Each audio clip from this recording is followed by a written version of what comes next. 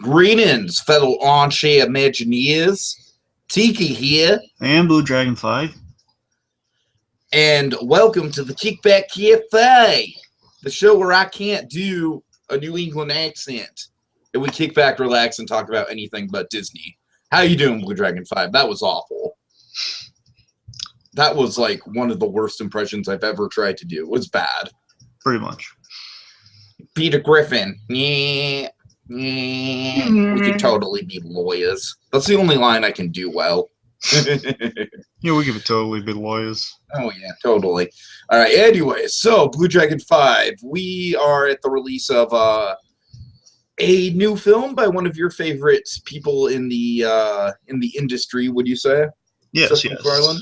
I do love Seth MacFarlane. All right, so, yeah, so we got a lot to talk about with this one. I'd wager to say that you and I probably have differing opinions. Yeah. I'm pretty mixed on it. I don't know. Maybe you can change my mind somewhat. I wasn't a big fan. I don't know what your reaction is, but I assume you probably liked it better than I did. But we also have to talk about it, and I feel like this is kind of a good place to sort of frame the discussion around, is the film made only about $30 million. It's got an $85 million budget. And so why did it underperform? Is it going to make back its money? Are we considering it a flop? And what does this mean for MacFarlane's career? So we'll get into all that juicy stuff. But before we do, BlueDragonFive, you want to kind of run down the two live-action films that MacFarlane's done beforehand? And let's quickly give our opinions on that to kind of set the tone. Sure. So Seth MacFarlane in 2012, he comes to the big screen for the first time in live action with Ted. It's a beloved film by many, and whether critics critics were mixed on. They give it a solid 60%, which isn't bad when you think about it, but it's not glowing either. But the point is, it was a cult hit. The people loved it, like the people loved it more than the critics, and it made good money.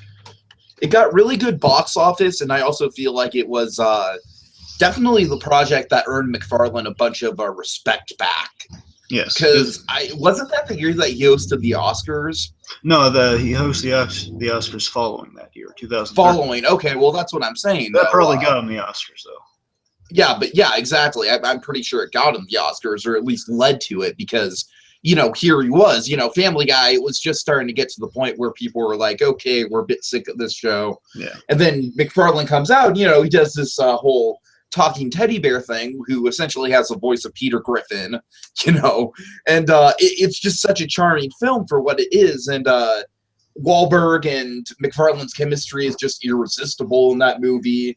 And then you have Mila Kunis, who's a really good romantic kind of supporting character. Overall, sort of a really good storyline in that movie, and just a really good sort of thorough connecting themes, and it just all came together to produce a really impressive directorial debut from MacFarlane, I thought. Yeah, it really goes to show Seth MacFarlane bringing his A game to a project, and when he's involved in the project, it can be very fruitful. But with Family Guy, has been distracted by the movies that I think, for the most part, have been. Actually, no, I think the movies have been good. But again, it shows you like the Family Guy nowadays, as we go on saying various times, has really declined so tear-jerkingly bad. It's just gotten like to the point, yes, it's gotten Sad Hulk level sad at this point. It's like, oh, what is happening? The reason, because Daddy left. Seth MacFarlane is left and gone to the big world. All he does is provide a voice here and there. Basically, he's providing transfusions to a dying body at this point. Oh my God. That's just a really morbid way to look at it, but yes. I mean, I'd say that's pretty folks, accurate. believe me, I'm a huge fan of Seth MacFarlane. I was with Family Guy for a long time, and I still... as much as I might denounce the new show, there's always been like inkling of hope that it'll get better if Seth MacFarlane were to come back and get his hands in it again. But hey, I think that the new SpongeBob movie was the best SpongeBob product we've got in a long time, if not ever. So that had the original team coming back. So yeah, if MacFarlane were to come back full time, and we'll maybe speculate on Family Guy, because I think right now that's kind of his get out of jail free card in terms of like, oh, you didn't like my last project? Well, here, Family Guy movie. Well, to quote Ultron and to quote Better Call Saul, that's the rock he built his church on, Family Guy. Exactly. So we'll talk about that more in the speculation, but I'm sure it'll come up. Sure. Okay, then after the success of Ted, he's getting some notoriety in Hollywood. Plus, with all the success with Family Guy he had up to that point, he's made a lot. He was I think it still goes. I'm not sure if it's changed at all, but he was the youngest and highest paid producer in Hollywood. He had a salary of I can't remember. It was like probably like $100 million or something. But he has a really expensive house. Yeah, it was the point. Like he's rolling in the dough. He's doing really well for himself, being really unpaid producer. Point is, after all that success and notoriety, he comes back and does an original film, not just Ted 2 right off the bat. He goes with Million Ways to Die in the West. Goes for kind of a quirky, reminder, like the old classic Wild Wild West.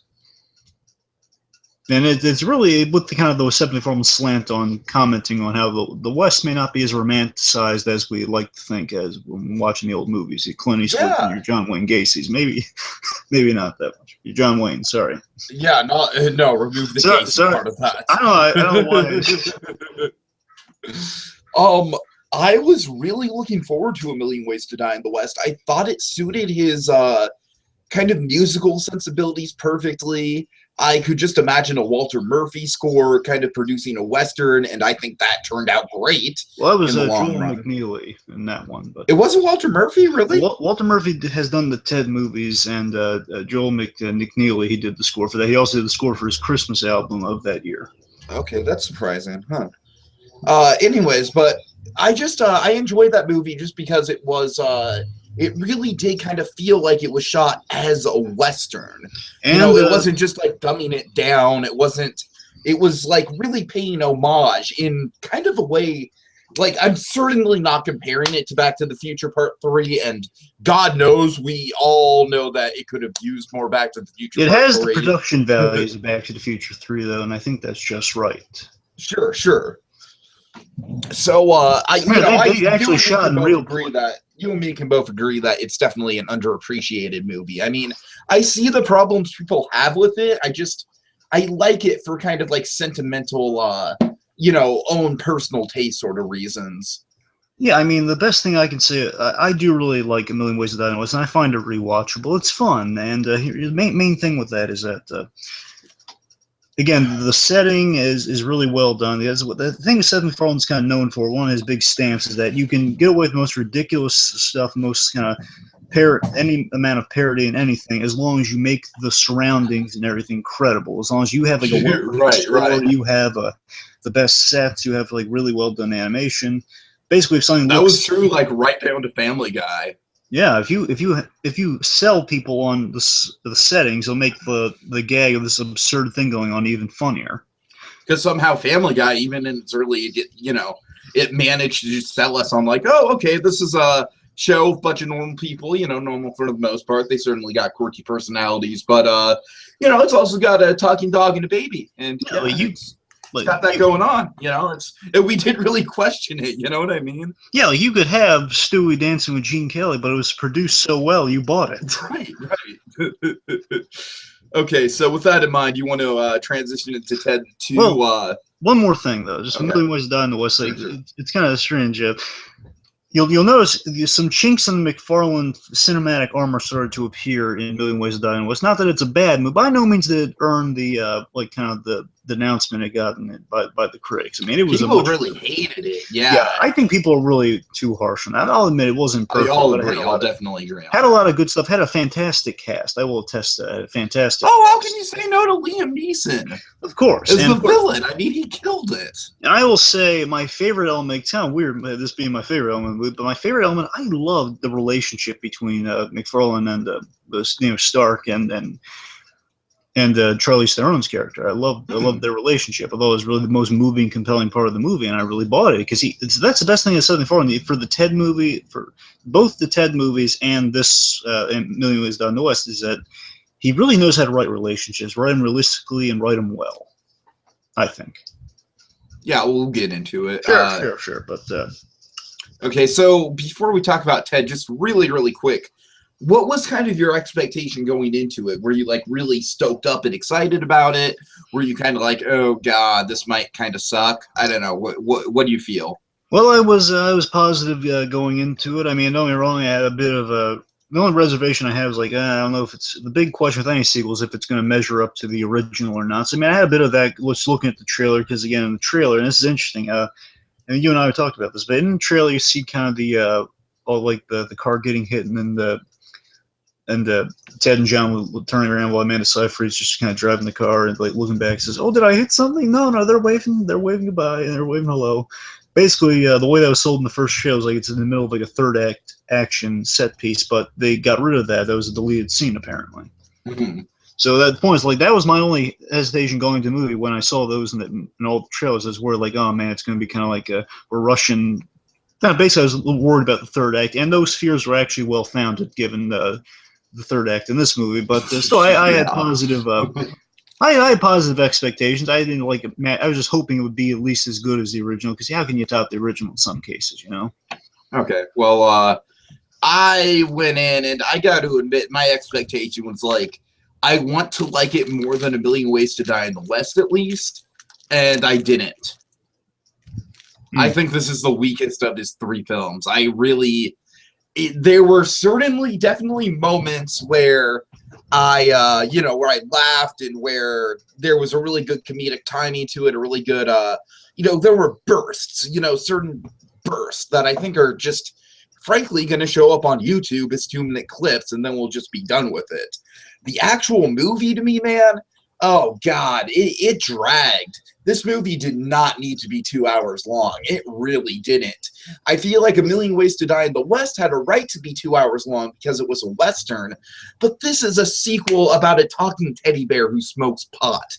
It's not some complicated thing, and the plot went in so many different directions that, I'm sorry, I'm kind of skipping over myself a little bit. Do you want to kind of talk about the plot before we get into first reactions? Yeah, let me just give kind of a quick synopsis that we pretty much all knew going into the movie. But I'm excited to hear it. Yeah, I kind of worked on that symbol, Brad. Okay, so our favorite Thunder Buddies are back this time around. Ted's married to Tammy Lynn and wants to start a family.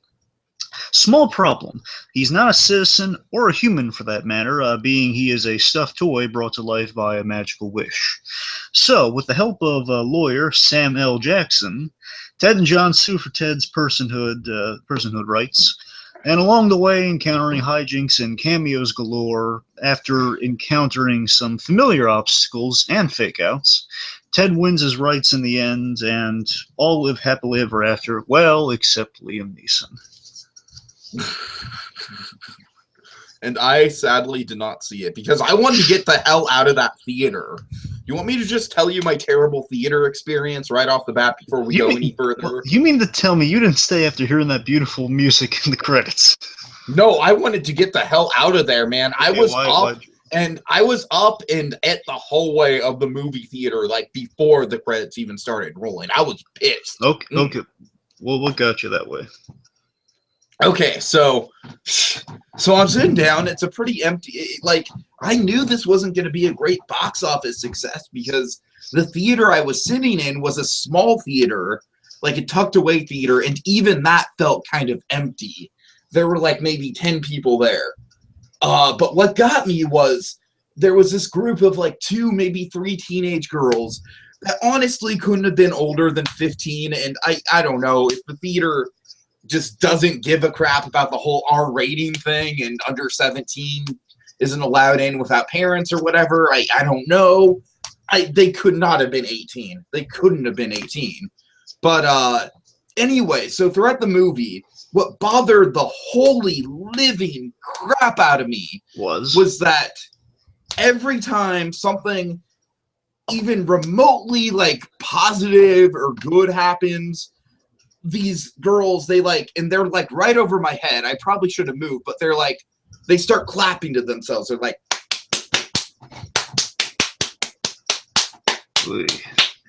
and they get really into it, man.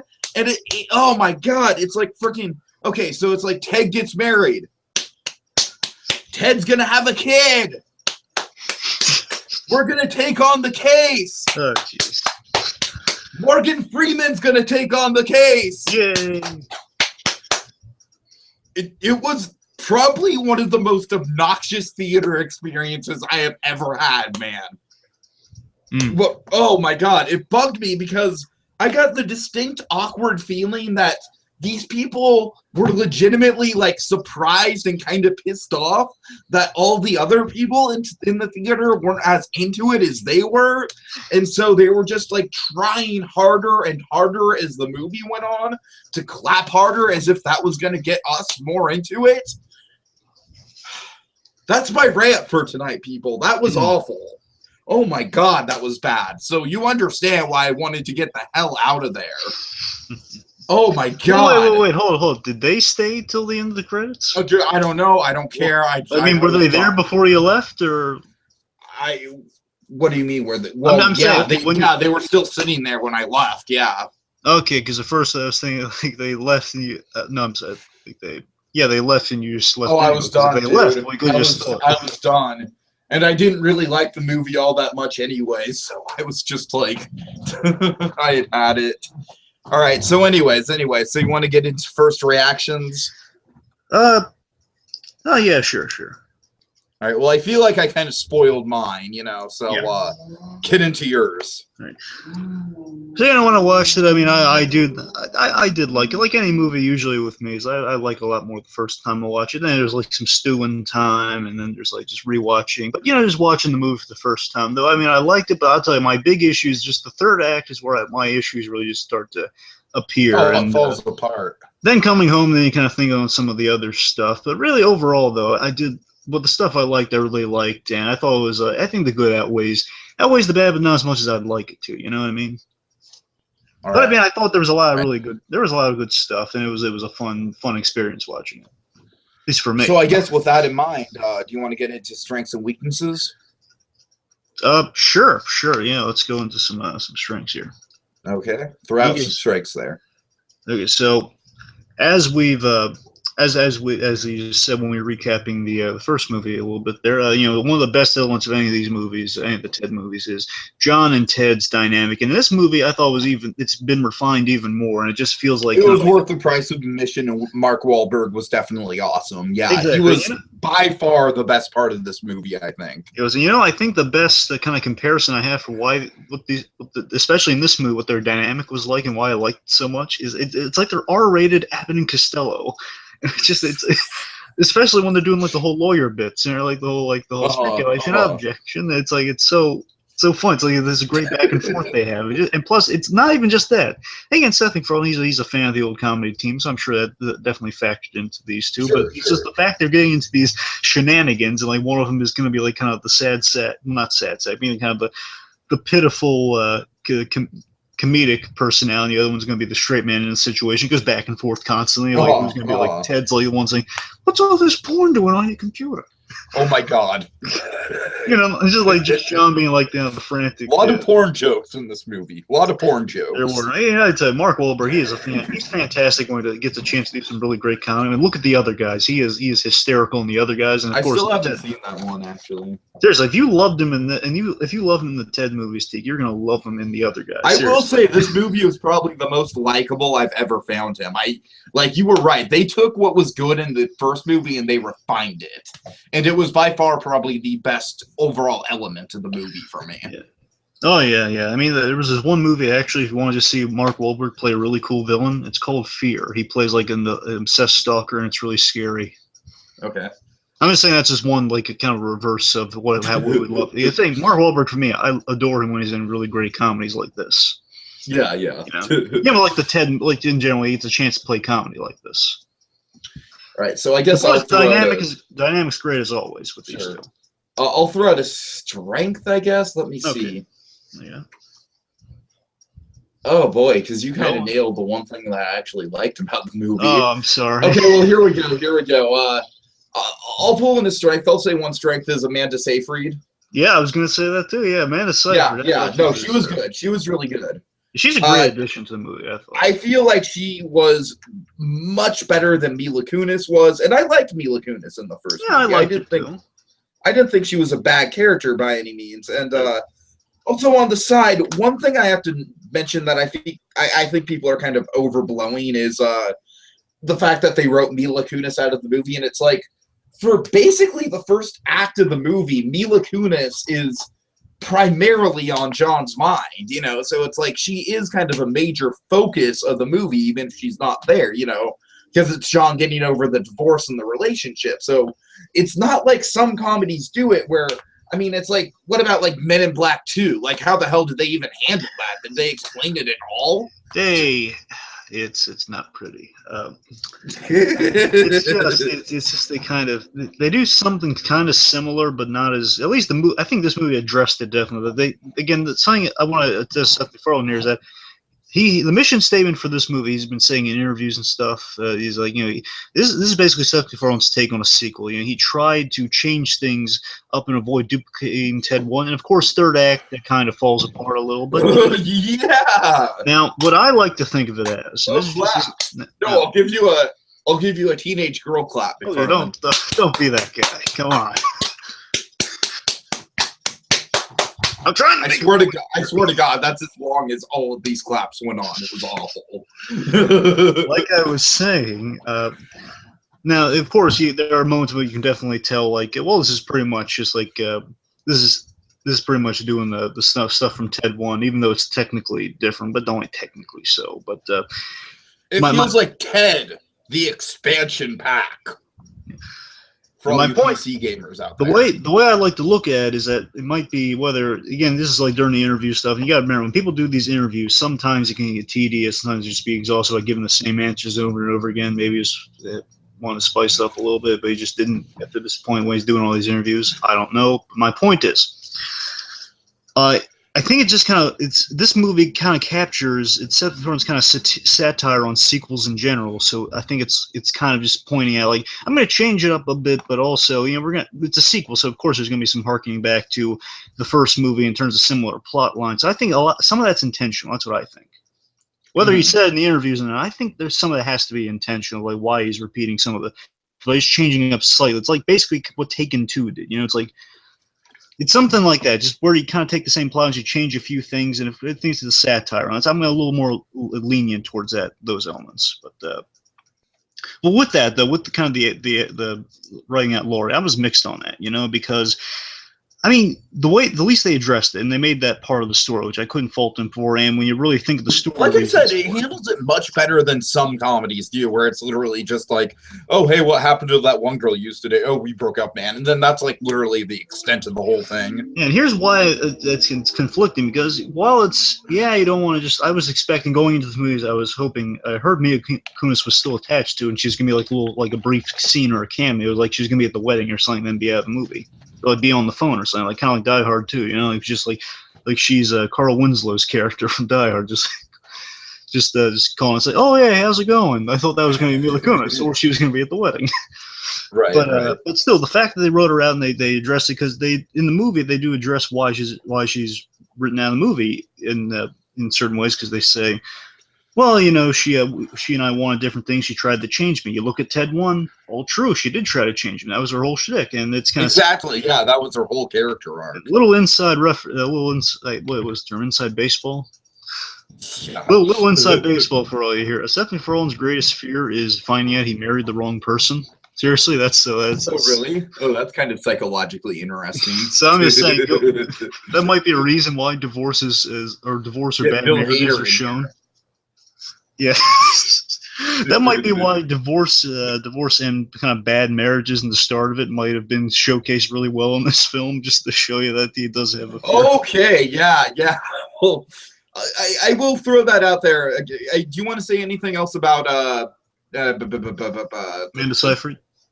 Yeah. Do you want to say anything else about her? So last thing, just with the whole switch out between the two, that they do address that Mila Kunis, she would be kind of a hindrance if they just shoehorned her into the plot, and that's MacFarlane smartly addressing that by saying, well, we divorced her, but we hammer that in with kind of like the theme of the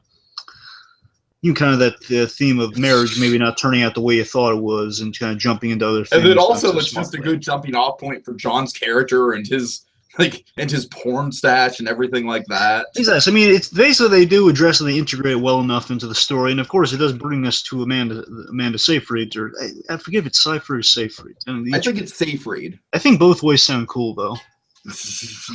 Anyway, so the point is with Amanda Seyfried's character, she is a better match for John. The two of them, they have more common interests. Because remember, the thing with Laurie is that she didn't have any of John's common interests when you think about it. Look at the movie. I mean, the only thing they did was golf, play putt-putt together. That's really all they did together. And exactly. Johnny abandoned her for Flash Gordon because really they don't like the same thing. So it makes sense in a way of like why these two probably weren't meant for each other. Here's the words mixed, Tiki. It's because she had such an important role in the third act of last movie. That's why. Yeah, I hear you. She's the one who wished for Ted to come back to life, so that's a very important role. So when you kind of write her out after that, that's why there are problems with that. But again, Amanda Seyfried's a great enough casting choice to kind of excuse Mila Kunis for not coming back. I've never really liked Amanda Seyfried in anything. I mean, I think she's cute, but that's really about the extent of it until here. And I thought this was a really good sort of surprise comedic performance from her. Well, my God, I loved all the Gollum jokes. Yeah, and again, she is a real sport with it. I'm surprised. That is exactly what I think of when I think of her. Is like the Gollum-looking chick from Les Miserables. And by the way, the pretty chick that managed to look more like Gollum than Anne Hathaway somehow. So, just with that, I want to say this. It points to Amanda Seyfried because she takes a lot of hits on the chin with the whole eye thing. I mean, she really does, but it's great. She does it in such good humor. Yeah, exactly. I mean, that's the reason you're gonna like her out of that. I mean, I'm not familiar with a lot of her film work. I'm saying the Macfarlane movies, I liked her, and I appreciate that she can take the eye jokes. Okay, I guess one more strength I'll throw out there is just how they use the cameos and then kind of even the cameos from the last movie, like how Flash Gordon works back into it. You know, he's just there hanging out sometimes. Yeah. I just like a few quick rapid fire ones that are kind of piggybacking off yours. One, I think the music's great in this movie. That's not a big surprise there. I mentioned earlier, I think the relationships are well written. And again, they feel kind of fun and natural. Because I mean, John and Sam L. Jackson. Seriously, John and Sam, they have a really good relationship, and I like kind of how that develops. And you see, again, they have similar interests. They're kind of she can have more fun with them. And of course, I love the kind of dynamic. They know all about the movies, she doesn't, and they have to inform her. Yeah, that was fun. I mean, she has more to play with than Mila Kunis's character and Laurie. But yeah. Point. So I think the relationships are always kind of good, even with Tammy Lynn and Ted. I mean, you see some shades. Oh yeah, it was my one problem with that was I felt like it just took like so many 180s. You know, it was like we see like such an extreme sort of like, oh my God, their marriage is like in such shambles in the first 10 minutes. Well, that makes sense because again, she is kind of like the poster Boston girl as we saw in the first movie. You know, she just kind of like. But I feel like she just kind of turns it around so quickly. Well, I think that's, again, it might be a bit of a satiric element of like saying, "Hey, a baby fixes everything." All right. And they kind of address that, but by the end, I like her. I mean, I'm not going to complain about her. Yeah, I'm with you too. I mean, I like Tammy. The point is, what sold me the relationship is I like how Ted is just really genuine when he just says like, "I love her," you know, "I love you." When she says that, I buy him. I buy that relationship. I know it's really sweet when he proposes to her again. I thought. Yeah, the point is, like it's kind of like speaking of which, another moment where it was like, all right, let's just have that be a counter. Again, what else is the last thing real quick is that overall for me, I thought there was some great comedic moments. Here's the important part with the comedic moments. Here's the thing: A Million Ways to Die in the West did wrong that I think this movie gets right in comparison. The big problem with Million Ways to Die in the West is the gags were just they didn't connect. They didn't call back or anything. Again, big thing everyone was saying is, "Hey, let's bring Christopher Lloyd back when he's on the train, or let's just have like him be the Flash Gordon of the movie." That didn't come to pass. And here there are callbacks. That's the important part. The gags do connect and basically get something that you might have saw. It's not just a one-off scene. These are things that do kind of reoccur, and like the the black penis gag that comes back a lot. Oh God, yeah. Oh, yeah. I mean, there's like consistency about it, you know. So I mean, they don't forget about these things. Yeah, Seth Macfarlane, he has class because he knows how to write a black penis gag and have it go throughout the whole movie. Good job, Seth. But see what I mean? I mean, the gags are more interconnected in this movie, which was a flaw in his previous film. No, I definitely agree because Million Ways to Die in the West definitely felt. But it's funny, though, because figure this one out, though. I feel like the gags flow together better. I feel like Million Ways to Die in the West has a far more cohesive story. Yeah, yeah. So it's kind of a mixed bag. It is. I think a big question we kind of pose Seth MacFarlane is, I mean, well, no, I love the guy to pieces, but I mean, I think that kind of puts me maybe look at the guy with the critical eye to an extent. There's always a question with Seth MacFarlane with all the kind of the success and power he's acquired at this point in his career. You got to wonder like how much of the criticism did he just kind of disregard of like, critics hate me? Because again, you had to bear in mind people do there are a whole slew of people, especially critics, that hold just the fact that he did Family Guy or he's a frat boy. And again, by the way, he's not a frat boy at all. So no, he's not. I'm saying critics actually do refer to him as like frat boy and stuff. It's like that's ridiculous. But you see what I mean, though? It's like there's a question of how much of the actual criticism does he look? Because it would seem to me that he looked at some of the actual criticism of like the gags don't connect, which is the big resounding thing from Million Ways to Die in the West, and he addressed that. So I'm wondering how much that is him actually just addressing that previous criticism, or how much of that is just him just telling the story, and maybe this connects better with this material. I don't know. Yeah, it's a question. That's all. But okay. So we should probably transition into weaknesses. Chinks in the film. Indeed. Okay, biggest one. Let me hit you with the hugest problem I got in the movie. Okay. Okay, again, I mentioned the third act, but here's the main problem. Here's where the film comes apart, and I think is where like all the fabrics tear in the Ted. Oh boy. Ted, so to speak. Third act. The transition to the third act is really, really sloppy. It comes out of nowhere. Of like the whole.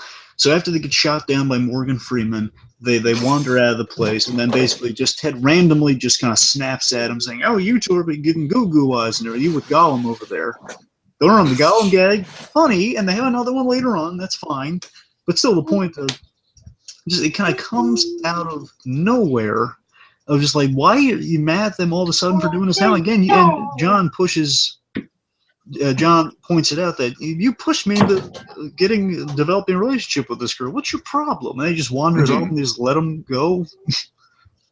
It's kind of like that sort of cliche third act thing of like, like, oh, the characters are pissed at each other for some reason. Yeah, don't get me wrong. Ted's anger is somewhat founded, but at this moment, like, why he's snapping at them particularly, that's completely off. I mean, you understand why he's frustrated, obviously. The whole movie's based around that, but still, now you go into this now and you blame it on like these two getting together. No, that's not why. It's just the system's screwed up. Why are you mad at them? And then basically, it's really forced into getting them separated, so they have to run the Comic-Con, and that's pretty much. Yeah, that's my biggest problem with Ted 2. I think Giovanni Ribisi was just unneeded in this movie. He was, you're right. He was really forced in there too. And when you think about it, you're probably just going to have him like be a cameo and that'd be it. But I will say this. Here's what I will say about the whole Donnie story, Giovanni Ribisi.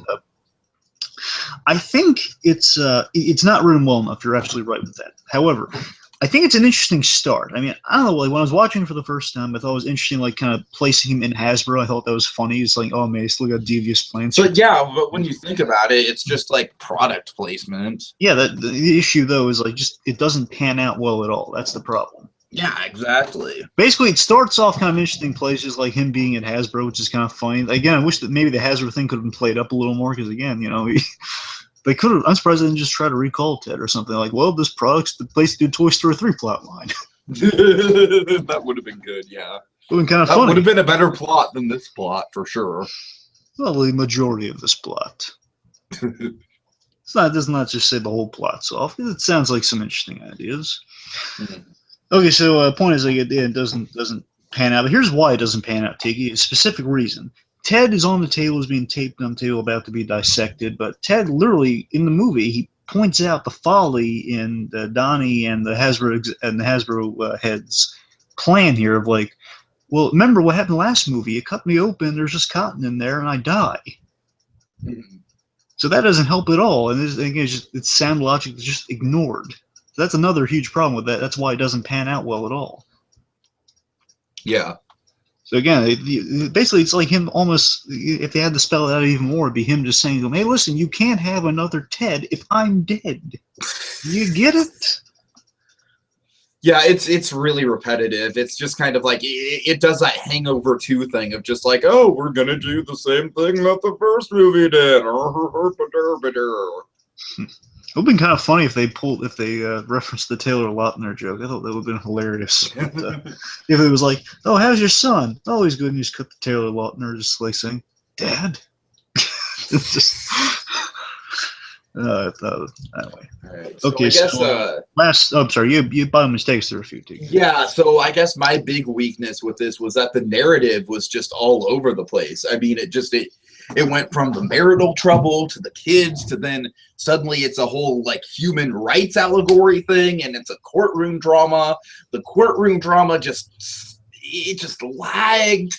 And then suddenly we have this big road trip to see Morgan Freeman that I thought just took up like way too much of a chunk of the movie. Morgan Freeman amounts to freaking nothing. He's like no character. He's just like, hey, I'm Morgan Freeman. I have a great voice. Listen to Ted comment about how good my voice is in an erotic matter. Oh yeah, cash that check. Like that's literally all Morgan Freeman is in this movie. And, though, he is pretty cool though. Him just being in the movie for cameo, it's pretty cool. Yeah, I mean, we already saw it in the trailers. I mean, that's the thing. There are cameos that are awesome in this movie that we did not see in the trailers, which we'll talk about. But I don't know. I just thought it was a wreck. And you know what? God damn it. That Jurassic Park gag pissed me off. Really? Why? I thought you would have loved that. I didn't like it at all because it had nothing to do with Jurassic Park. It was just like, like fields and fields of pot. And then the line that Ted says, like, makes no sense. Just like, they do move in heads. It's like, well, that's the joke, though. The joke is like, it's the majesty of when you realize what it's parodying. It's like, oh, that doesn't work at all, really. It's an intentional joke. I mean, the music and the majesty of that's what it's about. It's about that scene from Jurassic Park. By the time people realize, oh yeah, that's what it's from, they realize, wait a minute, why would they use well, you know me. The second I heard the first note, I knew what it was. But yeah. I mean, still, I'm surprised you didn't appreciate that more, just how out of nowhere it was. That was the game. I thought it was kind of sloppy. I thought it was sloppy. So. I disagree with you on that one. All right. Okay. Anyway, let's transition into favorite. One more bad thing I think we should address. Okay, so as with any movie, there are some jokes that bomb, some jokes that don't. And here, I was for the most part, I would say my joke, if I like the ratio for me would be like percentage. I should say it would be like, I think at least 80 to 85% of the jokes worked, but there were some that bombed majorly. The percentage that was untouched, whatever it may actually amount to, it was either bombed or was in poor taste. Let me give you just two examples, just two. Two big ones. One, the Robin Williams. Robin Williams. Yeah, the Robin Williams joke. I just mentioned that, Tiki. Why are you making it so? No, I'm sorry. I'm sorry. That was just poorly timed. Yeah, Robin Williams. Yes, the Robin Williams joke was entirely. It was just, it's poor timing. That's actually you're right. You're right about that. It is poor timing. Definitely. It's just, I mean, I get the humor and it, like you point, like, what is the most horrific subject matter you could bring up? But still, come on, give it like a year. You have to wait like a year or two before you can even pull a joke like that. Yeah. It's still too fresh. Yeah, I was like going, oh. Okay, the other one though. This one's a big one. This is just like a reoccurring joke that just does not get funnier at all. Okay. First of all, okay, so we get a return of. This kind of gets into cameos, which will be our transition point. But we get Patrick Warburton coming back as Guy. Oh, no, favorite. I love Patrick Warburton. I also love Patrick Warburton. Let me get to it. He cracked me up in this movie. Let me get to it. He's going around Comic-Con just to beat up nerds? That's classic Patrick Warburton. That is not classic Patrick Warburton. Yes, it is. Why would he beat up people at Comic-Con? Because that's his whole persona. How is that his whole persona? His whole persona is being like this kind of like rowdy tough guy. Yeah, but beating up innocent people. He's at Comic-Con. No, you missed the point. This is fun because we both we're disagreeing on entirely different things. I mean, here's the thing, I loved seeing him in the Tick costume. I love the seeing that. Oh God, yeah. And I love Michael Dorn in the Worf costume. Also, that cracked me up too. Right. That's funny, and them being a gay God, that's and there was also a missed opportunity for a cameo that we'll get into. Okay, but here's again where it falls apart for me. I disagree with you big time, because I thought it's a bullying runner. First of all, it's not funny because I get the sense that it was just them covering the fact that they're at Comic-Con, saying, "Oh yeah, we're here." Basically, it's kind of fun. It's like a gag, and the other guys were were Mark Wahlberg in the other guys. in the other guys, Mark Wahlberg, he knows a lot of like high class. He basically knows like about fine art. He knows about ballet. He can do ballet. And points he knows all this stuff, and he says it was to make fun of them. I'm just using some quotes, folks, to make fun of the fairies down the block. That's what he said. In the other guys, basically. Okay, I think that's in more poor taste than this. Really? No, I mean, again, because in this, it's literally just Patrick Warburton. I'm gonna go beat up some nerds. Yeah, because Patrick Warburton, he's a tough guy. That's his whole thing, is that he's this brutish sort of tough guy character. Well, what I'm saying is like what the other guys, it was more so the idea he's so expert. He dedicated so much time to being so perfect and artful at the stuff he's making fun of. It just defeats the insult. So that one's not actually in poor taste. I want to make that one clear. I think, at least. I'm sorry, yeah. But the other thing, though, so I don't know. Where it loses me is it's like him just kind of bashing fans at Comic-Con. That's what I get. That's what I get from it. Like him in denial. Like, no, we're not here just to Comic-Con. We're here to beat up on the people who like Comic-Con. But I thought that was the funny thing, was that they were in denial, though. That's the thing. At first, yes, but then it keeps going. Like at first, but then it just keeps going and going, and then no one's around them. They're just bullying people randomly. That's where it loses me. At first, it is a little funny. I'll give you that. At first, it's funny, but then when they keep just to save some face, when it keeps going and going, just bullying people because it's fun now. Yeah, it doesn't grab me at all. I thought it was like a reoccurring one, just bombed, in my opinion. Like, why bring it back? Let's kind of jump to favorite jokes then. Okay. So, I guess one of my do you want to just kind of tackle the big one right off the bat? Do you mean the cameo specific? Yes. Okay, yeah. Say it with me. 1, 2, 3. Liam Neeson. Tricks Rabbit cereal. Yeah. Yes. Okay, so, this is a brilliant gag. I honestly thought, all right, a lot of this movie's not working for me, but this was, hilarious. It had me rolling. I almost thought I was going to suffocate from laughter when I was seeing it. First of all, seeing Liam Neeson, yay! Because I knew he was going to be in the movie as a cameo. I didn't know what. It's like, oh, hey, look, Liam Neeson is there. And then just the way it pans out is brilliant. Because, again, Seth Macfarlane knows how to write for Liam Neeson. I would love more cameos from Liam Neeson in any of his movies after this point. Just him, pretty much, he knows Liam Neeson, one of the most intimidating yet awesome guys, because you've seen what he can do. You don't even need to just show him doing action-y stuff, because you know what he can do. Exactly. And he says he's there with the utmost sincerity, like he's with a box of cereal. First of all, when he pulls out the trick cereal, asking a question about it. First of all, I don't want to face is funny. Just him asking, doing such a mundane thing of asking the guy at the grocery store, hey, I have a question about the cereal. But no, it's like, I have a question about the cereal. This is, I've come to understand that tricks are for kids, for children. I'm not a child. Yes, yeah, and just what makes it even better is Ted commenting like a terrified person, but trying to be as respectful as possible, so he doesn't get the stuffing ripped out of him by this man.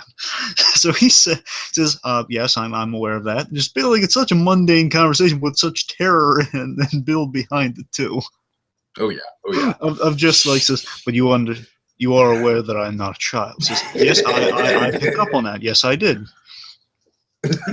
Anyway, so it keeps going back and forth of him just pretty much as if he's taking on like a drug. It's like he's saying, well, if I buy this, I won't be followed.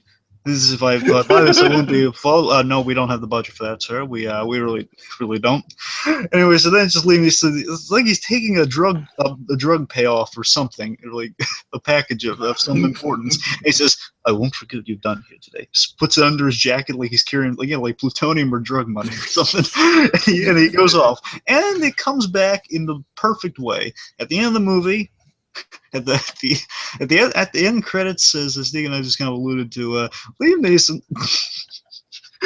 he hobbles back into the grocery store, and everyone's gone. I assume it's like either the early morning or after closing time or something. And he hobbles back. He's all bloody and beaten, and you get a sense like he had his own movie going, which I would love to see. Right. If Seth Macfarlane directed the spin-off and that just the Liam Neeson Tricks Adventures, I'd watch that. Oh hell yes. The point is just Liam Neeson just like have the Tricks rabbit played by Paul Giamatti. Oh my god, yes. I don't know why that popped into my head, but yes. Just either that or just not the Paul Giamatti Tricks rabbit, then like the Serial Mafia or something. I don't know. Like Albanians from Taken is eating cereal. God. With like the Frosted Flakes mascot. I don't know, but Tony the Tiger. Yeah. And it was basically he hobbles in there, all beaten up and bloody, like the box is dented and everything. He just like puts it there in disgust of like, I knew this would happen. I shouldn't have bought this breakfast treat. And he hobbles back out. He's like basically limping like he did at the end of the first Taken. It's just hilarious. Oh, so great. All right, you want to throw out another favorite joke? Well, not so much this moment. It's more of a moment than a joke. But I love the opening musical number, and it just felt like, we're coming back. We're doing something different. And also, I think a big movie, this whole movie kind of reminds me of, because they have referenced it in the first Ted movie, and just in terms of how the sequel feels, if I were to compare it to other sequels, this movie feels a lot like Temple of Doom for me. All right. Because there are a lot of great moments when you look at the story not as cohesive as you like it to be, and it opens with a grand musical number. It's really awesome. Okay, my thing with the musical number, I liked it. I thought it was really well done. I thought it went on for just a little too long. I'll give you that. A little too long. I thought they could have cut a few things out of it, because keep in mind, like, this is a 2-hour movie, and I think it should have been like an hour and 45-minute movie. I'll give you that, but still, it was really a great spectacle, though. It was really fun. And again, the music was great. I love just seeing Ted and all these, just, again, such a well-choreographed, it feels like such a classic kind of Buzzley Berkeley number. No, it did totally feel like a throwback to that kind of stuff. And you know McFarlane's really into that sort of era, so... And I love seeing that. Basically, that's what I want. Well, we'll kind of get to this towards the end. That's the kind of direction I want Seth Macfarlane to take with future movies, just like going with like kind of the period stuff. But we'll get okay. Like the point is, it's just like huge cake and the huge props and everything. It was awesome, I thought. I guess one of my favorite jokes is right at the very end, and it's kind of like the big payoff to John and Ted's relationship. It's when John's lying on the hospital bed, and Ted, he's saying his tearful goodbye, and then of course John is just like, he just springs back to life, and he's like, "Gotcha!"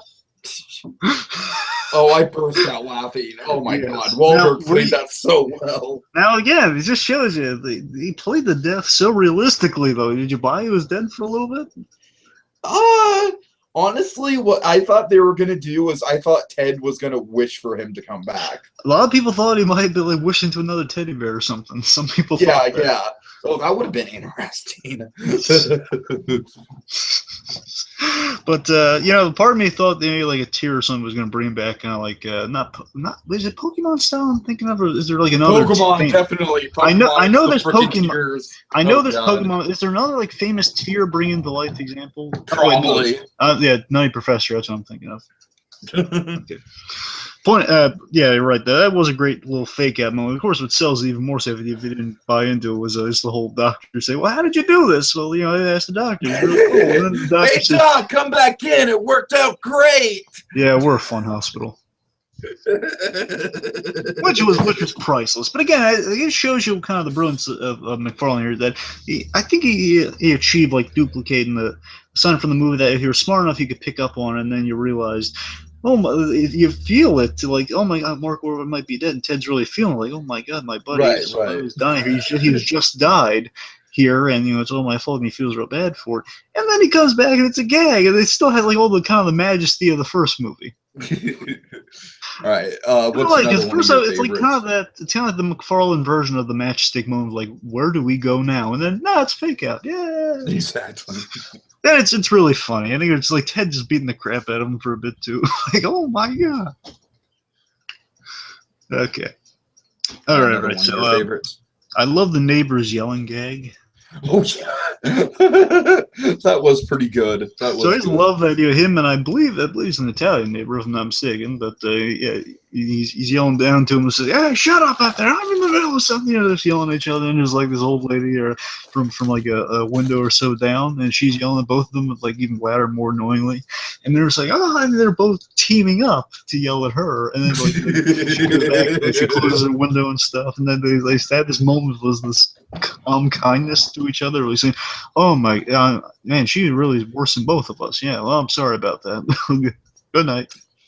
Yeah, that was great. That was great. There's a moment of pleasantry after. It's kind of like the hilarious moment. There's this one hilarious moment from Family Guy season 5, where Stewie's yelling. Where Stewie's at a restaurant with Jillian, Brian, and Olivia. Mm-hmm. And pretty much he's yelling at a guy from like who's unseen. Like you don't see the guy. He's yelling at a guy who's saying, "Oh, who brought a baby in here?" That's it. He's just there yelling. You got a problem, sir? You want to fight about it? Oh yeah, I know what you're talking about. And then pretty much at the end of it, there's yelling. Then it turns into civility of pretty much like Stewie saying, "Well, we're having a steak." Yeah, I am having a steak. Is it good? Well, what do you care? So if we weren't fighting, would you recommend it? Yeah, I would. I know what I'm getting. Yeah, it's like just the civility after such yelling and intensity. And speaking of pleasantries, Dylan, we had another running gag. Yes. Of the candy bowls on these executives. Oh, thank you for desks. bringing that up. I love that moment. And I'm just thinking in my head, I'm just like, fucking Nick Ford. Like, what the hell is with this? It's a trend now. Literally like Nick Ford because he is not giving them the candy. Yeah.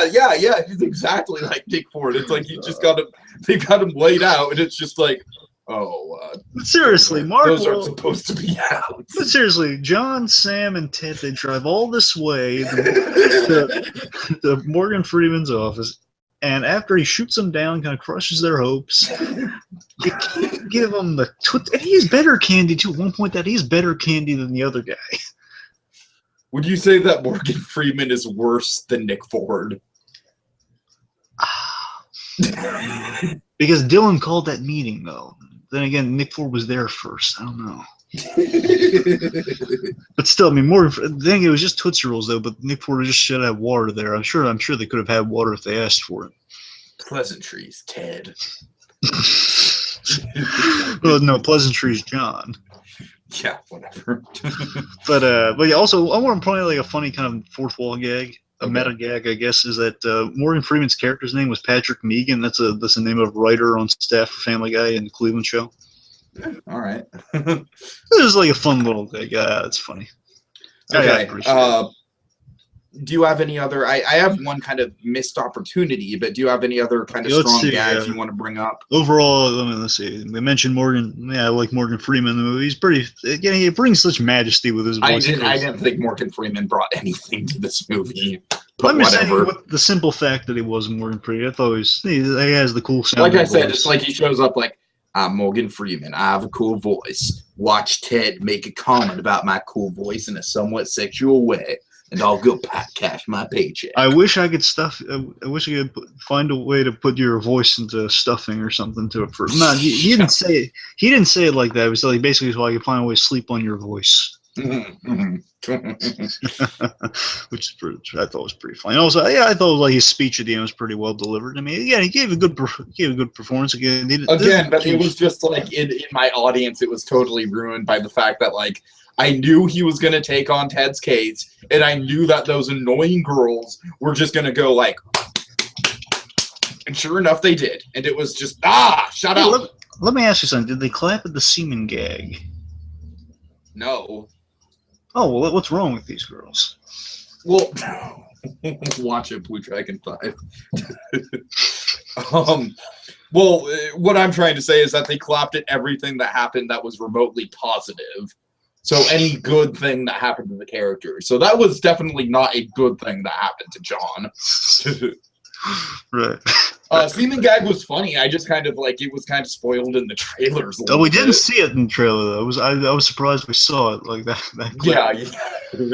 Oh my god, it looks so disgusting. I did like the running gag of Ted and John tried to take pictures. Yeah, that was fun, and that lasted Yeah, all the way up my until father. the end. I saw the movie with my father, and he likes Ted, loves Seth MacFarlane, but he lost he lost it at the bong gag where Ted they're at the campfire. I'll mention this in a minute why I love this scene, but they're at the campfire and like let's just say Amanda Seyfried, Samuel Jackson, she has a bong she got at a bachelorette party that is in the shape of kind of the reoccurring joke of the movie, one could say. And anyway, so basically Ted and John, for obvious reasons, they don't want to use the bong intentionally. But anyway, so as like Ted's being entranced by the music, he's just distracted enough to use the bong, but he realizes this is where my father cracks up. The second before he uses it, realizes what he has in his hand. He tosses it like so swiftly off screen. Oh. And let me get to probably my favorite part of the whole movie.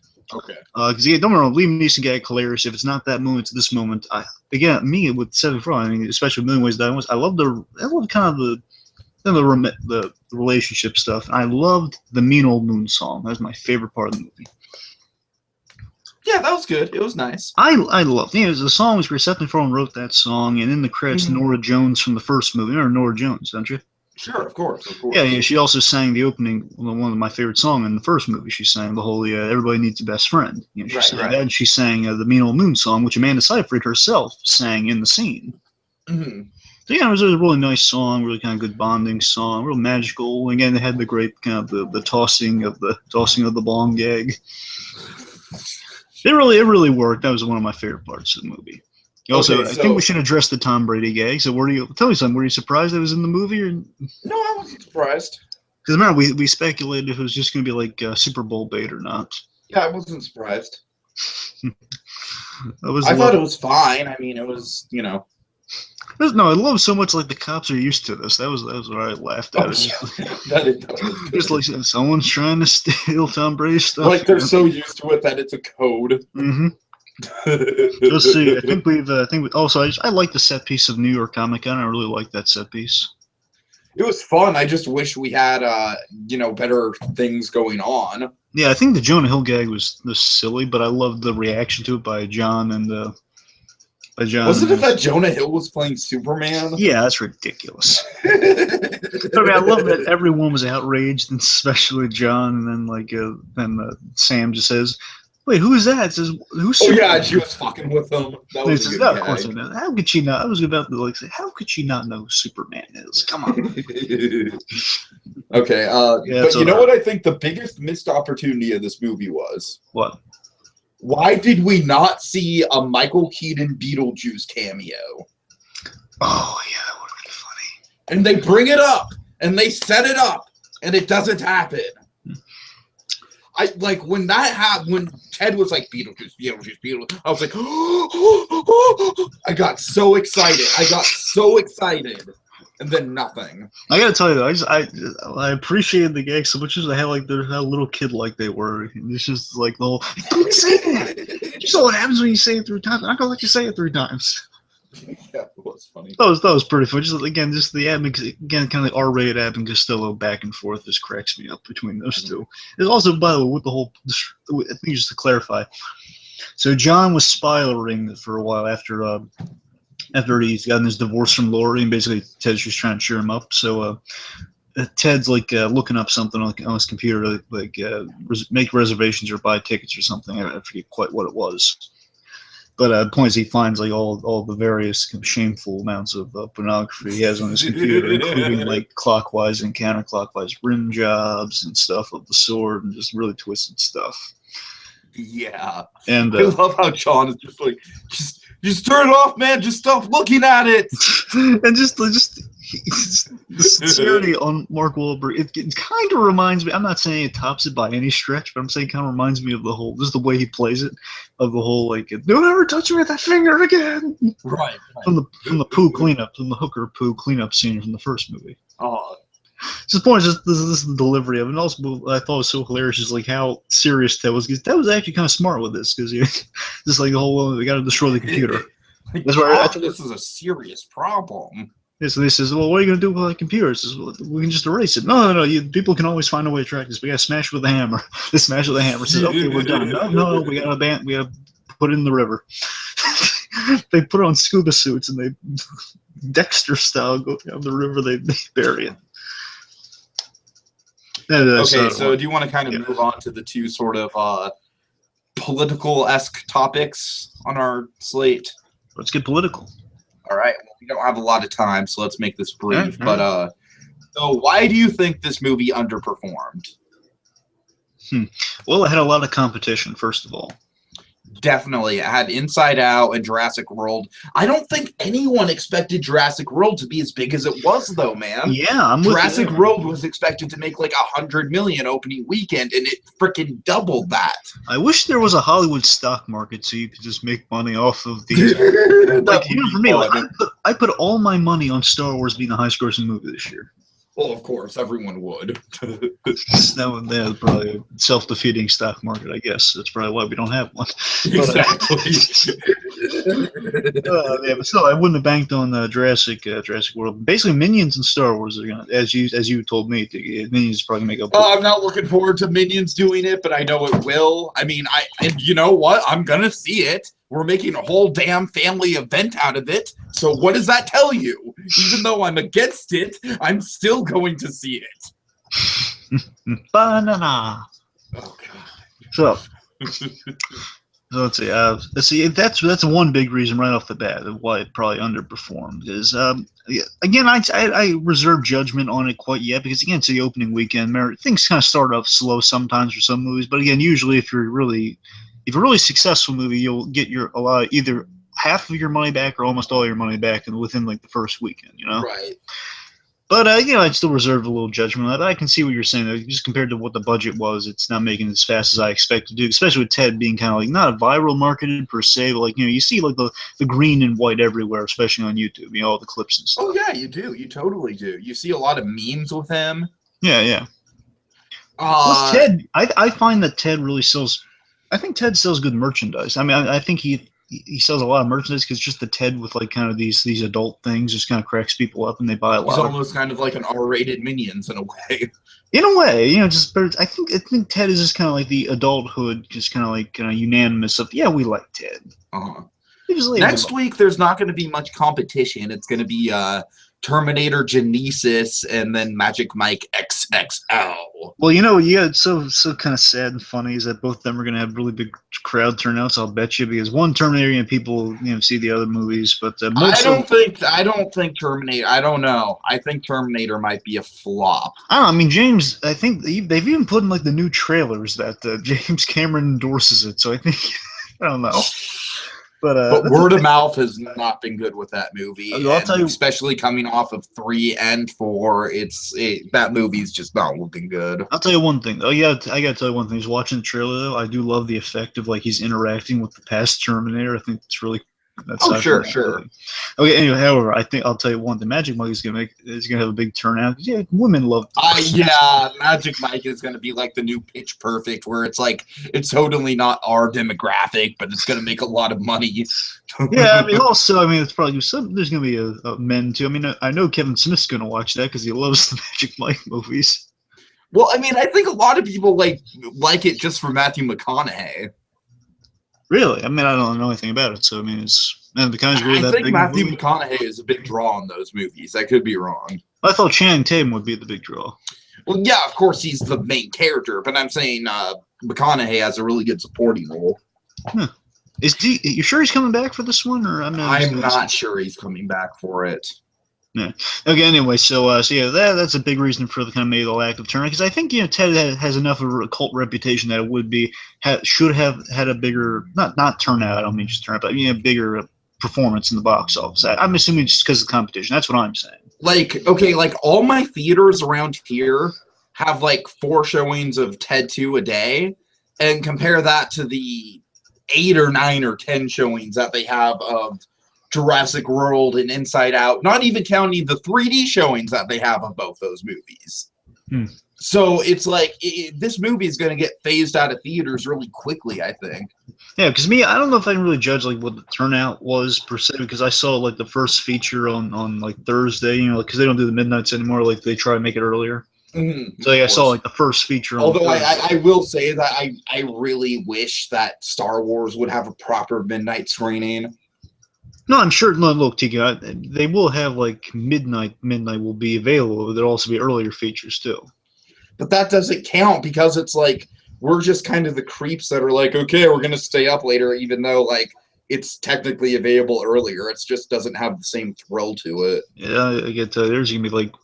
I'm expecting to find people weeks early, like a week early of the movie, just camping out in front of the theaters to get in line for that. Yeah, it's gonna be pretty just like big. bringing like shaving kits and like porta potties and all that sort of stuff. Okay. Okay. Anyway, so let's see. Anything else with like box office or? Now let's transition into where does Macfarlane go from here? It's very interesting. Well, you know. Yeah, this movie, critically, it really underperformed critically. That was big time. Unfortunately, it's underperformed critically. There's the reasons we've kind of outlined before. Is that third act for me it falls apart, but again, overall, the plot kind of isn't as strong as Silent Moon was done was, or especially the first Dead. Mm-hmm. The plot here, I'll actually take you just to kind of summarize what your problem with the plot is, if I may. I think it's because it's a little too much like kind of current Family Guy in terms of like back in the day when Seth Macfarlane still tried on Family Guy. He said he was intrigued by the concept, or just like he was amused by the idea of how Family Guy's storytelling process at like at kind of the transitional point before it completely lost all hope, where they would transition to like the 3-act story structure of Family Guy, but really kind of like off the walls, like kind of 180-degree turns of like Peter finds a pirate map. And then Chris meets a girl, and then the parrot dies. You know, stuff like they would just go back and forth, and they'd make fun of it. I think you hit it right on the head. That's absolutely the problem that this movie has. The plot is exactly like that. And so the thing with Seth Macfarlane is that he's intrigued by that, but I think he still needs to work at just getting it just right. Because I think the idea of that is kind of interesting, but we have to really just kind of still. You have to connect it stronger. You know what I mean? Like you need to have like a good kind of spine underneath it all. It makes you want to follow the same story that's going on there, but still having 180-degree turns, but you're still following those inklings of a story. I don't know. Definitely. It sounds like an interesting concept, but they still haven't nailed it just right yet, even after all the Family Guys. Like sometimes the Family Guy works, sometimes it didn't work. A lot of times it didn't work, actually. Okay, let's see. So where does it go from here? Let's see. So to be honest with you, I wouldn't mind seeing if it panned out, like again just comparing sequels here. If it panned out like Indiana Jones, I wouldn't mind seeing a third one. Because think about it, that's a way I would hope that if they did a Ted 3, I would hope not. I don't think you should do that next. I want to make that very clear. I do not want to just do Ted 3 right out the gate. I hope it would go sandwich, just kind of like it did with The Million Ways to Die in the West. I hope there's an original film after this, then either next or another one after it, Ted 3. Okay. That's what I really want him to do. I don't want him just to go directly to Ted 3, but hey. Like, I definitely think Ted still has the potential as a franchise. I think there's still a lot of ways you can go with it. Yeah, so if they do Ted 3, I would hope that it pans out like Indiana Jones. So, like, first movie is probably going to be the best one no matter what. Or debatably the best one, you know. Raiders of the Lost Ark. 2, Temple of Doom, has some good stuff, you know, like Liam Neeson cameos and such. Liam Neeson cameos, big band musical numbers. Now I'm just picturing Liam Neeson being like, call him Ma. Really hilarious. He was like the Boba Fett of the Ted. Ted. Yeah, there, Boba Fett introduced in Empire and then onward. Right. And then he gets killed off in a really pathetic way. And then he comes back, hopefully. Anyway, so the point is like then you know, Temple of Doom maybe not the most spectacular of Indiana Jones, and 3 get a rate the debatably either best or second best of the Indiana Jones movies. Last Crusade, and we don't acknowledge that the 4th one exists. Well, I'm saying it'd be kind of funny if I'm just gonna throw out a really bizarre idea. If they did 4, if they just made it like time travel or something, just. Oh, I'd love to see a Ted time travel movie. That'd be great. Basically, I think what we could hope is just kind of a culminating of just pulling some comparisons of movies. Like if they could do Ted 3 and have it be kind of feel like, again, on first and foremost, it should feel like Last Crusade with Ted. Mm-hmm. In terms of quality, of like that's what you like to be like the second, see the second best or debatably best of the Ted movies. Because remember, like Lethal Weapons had Lethal I Weapon. will not 3. debate that Raiders of the Lost Ark is the worst movie than The Last Crusade. I'm sorry, I just can't do that. What? I said I can't debate that Raiders of the Lost Ark is a less strong movie than The Last Crusade. It's just No, of course. I mean, of course, Raiders of the Lost Ark is fantastic. yeah. My point is like you could have basically Last Crusade mixed with like kind of the Back to the Future 3 of like kind of these great kind of this great match. They were doing something really off the walls. We're gonna still grind it like kind of like. Or what about even like Back to the Future 2, where it's just like they're time traveling through the events of the first 2 movies? I don't know. I'd like to see them maybe save that for a fourth one. Just saying, we're just gonna do stuff that's completely crazy now. But still, you know what I mean? It's like it has something of the quality of like kind of like a big trilogy movie, which would be like Back to the Future 3, but also be kind of like a good movie like Last Crusade, but also have a bit of Return of the Jedi acknowledgement of we're doing this for the 3rd time. Mm-hmm. You know what I mean? And also, it seemed we got a lot of in this movie, kind of some Rocky parallels too. I think this movie, basically, the best way I could summarize this movie, it's a bit of Rocky 2 and Temple of Doom. It's like kind of somewhat of in places a rehash, but it's kind of some trying to spice up the story. Sometimes it works, sometimes it doesn't. Yeah, for sure. And of course, we got like Ted's last name. Oh, that was great. What is his last name, Tiki? Oh God, Ted Clubberlang. And what's his son's name? What is his son's name? I forgot. His son's name is Apollo Creed Clubberlang. Apollo Creed Clubberlang. Yep. Wow. That's the full name. So first name Apollo Creed, last name Clubberlang. All right. I thought it was sweet how he got him with the little bear too, of like saying, "Hey, if you wish hard enough, they'll come to life." Yeah. So personally, I think that Macfarlane needs to pull the Family Guy movie card and needs to pull it fast. I don't know. I'm at this point. I'm worried about it if he does that. I don't know if Family Guy can survive as a movie. I think he needs to do it just to maintain popularity, man. I really do. I think his career's in trouble if he doesn't, especially if he does another original and it doesn't do well. I mean, that's just going to be 3 in a row. I'll tell you what he should do for an original. What I mentioned kind of like want him to do period piece, but I love him to do like Sunset in the 40s though. Oh my that actually sounds really amazing. Because that's where his wheelhouse is. He knows how to work. Something maybe like along the lines of Disney's Newsies. You know what I mean about the newspaper boys? I'm saying like do kind of except obviously like R-rated. Yeah, I'm saying like do something in the line of like kind of like an Abbott Costello or the Marx Brothers, like classic comedy thing. Right. Or again, I don't want to. I've always pitched this for every Pixar speculation, but like a detective movie. Would it be a black and white detective movie? Well, that would just be perfect. But there's some way. One comment, but you see what I mean? I was like, dude, if he does like another period piece, but actually have it really. Just have really work well, because I think the 40s is definitely his way. He knows how to he loves the 40s movies and like the classic comedies and stuff. I think he could really make that work. Mm-hmm. And then he's also got the Flintstones coming out too, which is kind of exciting for me. Yeah. So we'll see where that goes. It looks like he's producing a lot of good stuff because he produced the thing with Neil deGrasse Tyson. It was a remake of the Carl Sagan's. Yeah, Cosmos. Thank you. He produced that, really? Oh yeah, wow. He produced because he loved the Carl Sagan. I wouldn't have expected that from him, but right on, more power to him. Seth Macfarlane's that's why he's rich, because he has he's really great at producing stuff. You see, because he loved the cosmos with Carl Sagan, so he loves science also, and he just basically, he loves the physics and like the whole story of the universe anyway. So he invested in the, he helped produce the Neil deGrasse Tyson Cosmos, and also things working on this year you might want to check out. I don't know if you can or not, but he's producing a show with Patrick Stewart called Blunt Talk. Oh my God, no! I actually saw that in the movie theater before Ted, and it definitely piqued my interest. So that's he's producing. I was like, Patrick Stewart and Seth MacFarlane. Remember Patrick Patrick Stewart? See where it goes. Well, you remember he's worked with Patrick Stewart on several occasions. Oh, sure. Yeah, he was the narrator in this, Ted, also. No,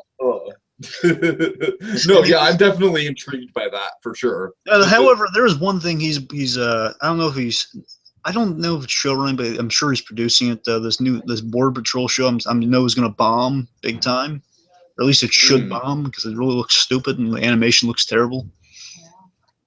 That's just me. It's like some Border Patrol show that looks stupid. Is it Larry the Cable Guy and Carlos Mencia handcuffed together in the desert? I don't know. I have no idea. I'm making that joke because that's like a running joke that me and So You Want to Be an Imagineer member by the name of Snoopy have had for years, is Carlos Mencia and Larry the Cable Guy handcuffed in the desert. Larry the Cable Guy is a racist border patrol officer, and Carlos Mencia is a Mexican immigrant trying to make his way, and he'll change Larry the Cable Guy's mind about racism and junk. All right. But seriously, for Seth Macfarlane, I'd say go with the classic comedy. That's in his wheelhouse. I think that'd be more of a sure thing, and I think he'd do really well with it. That's me. That's my 2 cents. But anyway, also like someone threw out, we should mention this, someone threw out a really good suggestion that Seth Macfarlane should maybe try, because he is a good director. I think he is a good director. He needs to edit the things a little more. That's the thing I've noticed. Because Down in the West, that's where it's, again, we've covered this already. Million Ways Down in the West, editing is kind of where it suffered. He should really hire. I'm just saying, it'd be hilarious if he hired the Pixar editor, the Nolting, remember the one that did Up and Inside Out. He hired that editor. I mean, he'd be golden. Point is, he needs to edit these things a little better. He needs to cut some stuff out, connect the gags more. That's what he needs to do. But some people say, he is a really good director. People love working with him, especially Charlize Theron and Mark Wahlberg, all those guys.